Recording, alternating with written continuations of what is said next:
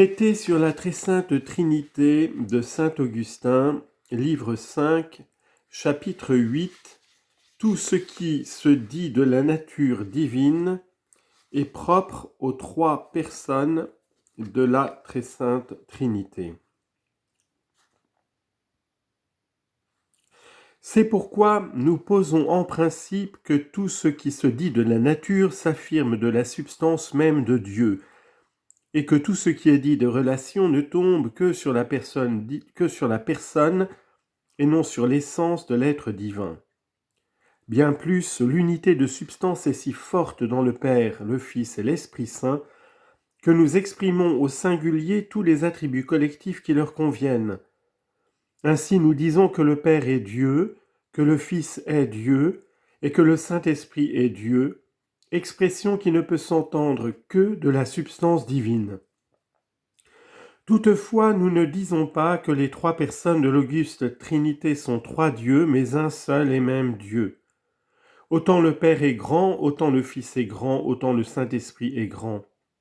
Et cependant, ce ne sont pas trois dieux souverainement grands, mais un seul Dieu souverainement grand, car ce n'est point du Père seul, comme les Ariens le soutiennent malignement, mais du Père et du Fils et du Saint-Esprit, qu'il est écrit au livre des psaumes, « Vous êtes le seul grand Dieu ». Psaume 85, verset 10. Pareillement, le Père est bon, le Fils est bon et l'Esprit Saint est bon. Toutefois, ce ne sont point trois dieux bons, mais le Dieu unique dont Jésus-Christ a dit « Nul n'est bon que Dieu seul ». Observez en effet que si cette expression « bon maître » ne s'adressait dans l'intention du jeune homme dont parle saint Luc qu'à Jésus-Christ comme homme, celui-ci voulut par sa réponse élever ses pensées jusqu'à sa divinité. C'est pourquoi il ne lui dit pas celui-ci voulut par sa c'est pourquoi il ne dit pas nul n'est bon que le Père, mais nul n'est bon que Dieu seul. Luc chapitre 18 versets 18 et 19. S'il eût dit le Père, il n'eût en réalité nommé que le Père, mais en disant Dieu seul, il nommait le Père, le Fils et le Saint-Esprit, parce que ces trois personnes ne sont qu'un seul et même Dieu. S'agit-il au contraire de termes qui expriment la position et le vêtement du corps, le temps et le lieu? Ils ne doivent s'entendre de Dieu que par métaphore et non dans le sens propre et direct. C'est ainsi que par rapport à la position et aux vêtements, le psalmiste nous dit de Dieu qu'étant assis sur les chérubins et qu'elle abîme l'enveloppe comme un vêtement. Psaume 79, verset 2 et psaume 103, verset 6. Il dit également par rapport au temps et au lieu, « Seigneur, vos années ne finiront jamais. » Et « Si je m'élève vers le ciel, vous y êtes. » Psaume 101, verset 28, psaume 138, verset 8. Mais tout ce qui se rapporte à la puissance d'action se dit vraisemblablement de Dieu seul, car Dieu seul agit ou n'agit pas, et en tant qu'il est Dieu, il est indépendant de toute passivité. C'est pourquoi le Père est tout-puissant, le Fils est tout-puissant et le Saint-Esprit est tout-puissant.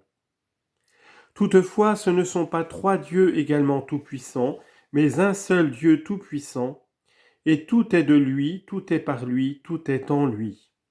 Romains, chapitre 11, verset 36. Ainsi, tout ce qui atteint directement la nature de l'être divin se dit au nombre singulier de chacune des trois personnes, le Père, le Fils et le Saint-Esprit. Et c'est encore en ce même nombre singulier et non au pluriel que nous appliquons les mêmes expressions à la Trinité tout entière. Et en effet, être et être grand ne sont pas en Dieu deux choses, mais une seule chose, une seule et même chose. Aussi, par la même raison que nous ne reconnaissons pas en lui trois essences, nous ne lui attribuons pas trois grandeurs. Chapitre 9 des personnes divines.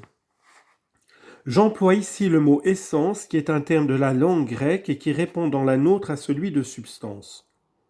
Les Grecs disent également l'hypostase. Mais quelle différence mettent-ils entre l'essence et l'hypostase ? Ceux qui ont écrit en grec sur la Trinité disent communément une seule essence et trois hypostases, expression qui signifie en latin une essence et trois substances. Quoi qu'il en soit, l'usage a prévalu parmi nous d'attacher au mot essence le sens du mot substance. Aussi n'oserais-je point dire une seule essence et trois substances, mais une seule essence ou substance et trois personnes. Ce langage est celui qu'ont adopté plusieurs auteurs latins bien recommandables, et ils l'ont employé, n'en trouvant pas de meilleur, pour exprimer par la parole ce qu'ils comprenaient sans le secours de la parole.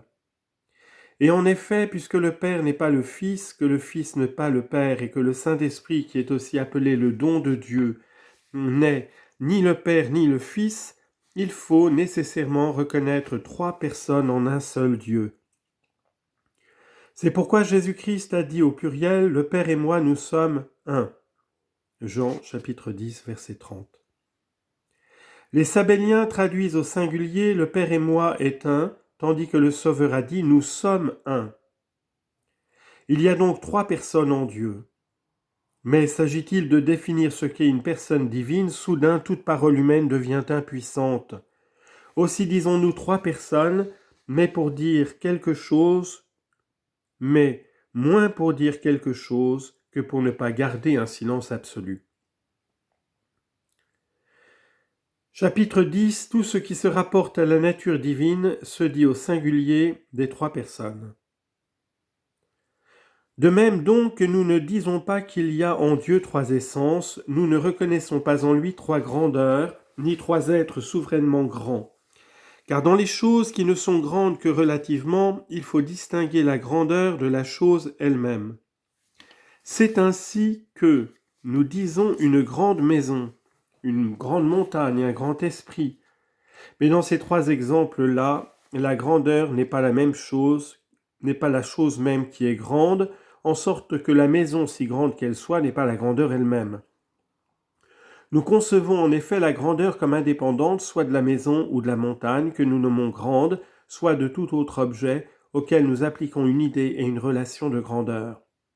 Ainsi la grandeur est autre que les objets qui lui empruntent leur grandeur, et cette grandeur, principe premier de toute grandeur, surpasse excellemment tous les sujets sur lesquels elle se réfléchit. Or Dieu n'est point grand d'une grandeur qui ne lui appartienne point en propre, en sorte qu'il soit obligé de lui emprunter celle dont il jouit. Autrement, nous concevrions la grandeur comme étant au-dessus de Dieu, tandis qu'il est l'être premier et souverain. Donc Dieu n'est grand que parce qu'il possède par lui-même toute grandeur. C'est pourquoi nous ne disons pas qu'il y a en lui trois grandeurs, pas plus que nous n'affirmons en lui trois substances, car Dieu est grand par cela seul qu'il est Dieu, et de même nous ne disons point que les trois personnes divines sont trois êtres souverainement grands, mais un seul et même Dieu, souverainement grand, parce que Dieu n'est point grand d'une grandeur étrangère et empruntée, mais qu'il est grand par lui-même, et qu'il est en lui-même le principe unique de la grandeur. Nous tenons également le même langage quand nous parlons de la bonté, de l'éternité et de la toute-puissance de Dieu, et en général de tous les attributs qui se rapportent à la nature divine et qui sont exprimés dans un sens propre et direct, et non point dans un sens accommodatif et métaphorique. Mais que peut exprimer la parole de l'âme lorsqu'elle veut expliquer l'essence même de Dieu ? Chapitre 11. Les relations divines. S'agit-il au contraire des opérations propres à chacune des trois personnes divines, nous disons qu'ici ces opérations ne touchent pas à la nature même de Dieu et qu'elles n'affectent que les relations des trois personnes entre elles ou leur rapport avec les créatures. C'est pourquoi il est évident que tout ce qui s'affirme alors de Dieu tombe sur les relations divines et non sur la nature ou essence divine. Ainsi nous disons des trois personnes de la Sainte Trinité qu'elles ne sont qu'un seul et même Dieu, et que ce Dieu unique est grand, bon, éternel et tout-puissant. Nous ajoutons encore qu'il est à lui-même le principe de la divinité, non point que sa propre grandeur, sa propre bonté, sa propre éternité et sa propre puissance, non moins que sa propre grandeur. Mais on ne peut donner à la Trinité entière le nom de Père si ce n'est peut-être dans un sens relatif aux créatures et à cause de notre adoption divine.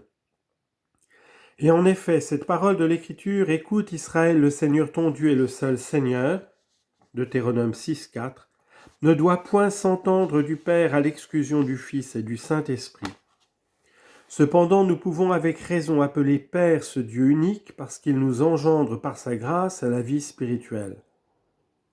Mais on ne saurait dans aucun sens nommer la Sainte Trinité Dieu le Fils. Quant à l'Esprit Saint, comme il est écrit que Dieu est Esprit, Jean 4, 24, il est permis de le faire du moins dans un sens général, car le Père est Esprit, le Fils est Esprit, et également le Père est Saint et le Fils est Saint. Ainsi, parce que le Père et le Fils et le Saint-Esprit ne sont qu'un seul et même Dieu, et que ce Dieu est tout ensemble Saint et Esprit, on peut désigner la Trinité tout entière par le mot Esprit Saint. Néanmoins, quand il s'agit spécialement de l'Esprit Saint comme troisième personne de la Sainte Trinité, et non de la Trinité tout entière, nous le nommons Esprit Saint dans un sens relatif et par rapport au Père et au Fils, car il est l'Esprit et du Père et du Fils. Cependant, il est vrai de dire que ce nom n'exprime point ces relations divines et qu'elles se montrent bien mieux dans celui de don de Dieu. Actes chapitre 8, verset 20. Il est en effet le don du Père, puisque selon la parole du Sauveur, il procède du Père. Et il est également le don du Fils, puisque l'apôtre nous dit que celui qui n'a pas l'Esprit de Jésus-Christ n'est point à lui.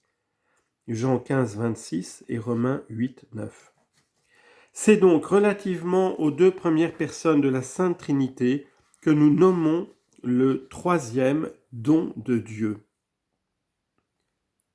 Quoiqu'elle ne soit pas elle-même étrangère à ces donations, car nous la considérons comme l'union ineffable du Père et du Fils, et peut-être n'est-elle appelée Esprit Saint que parce que ce même nom convient et au Père et au Fils.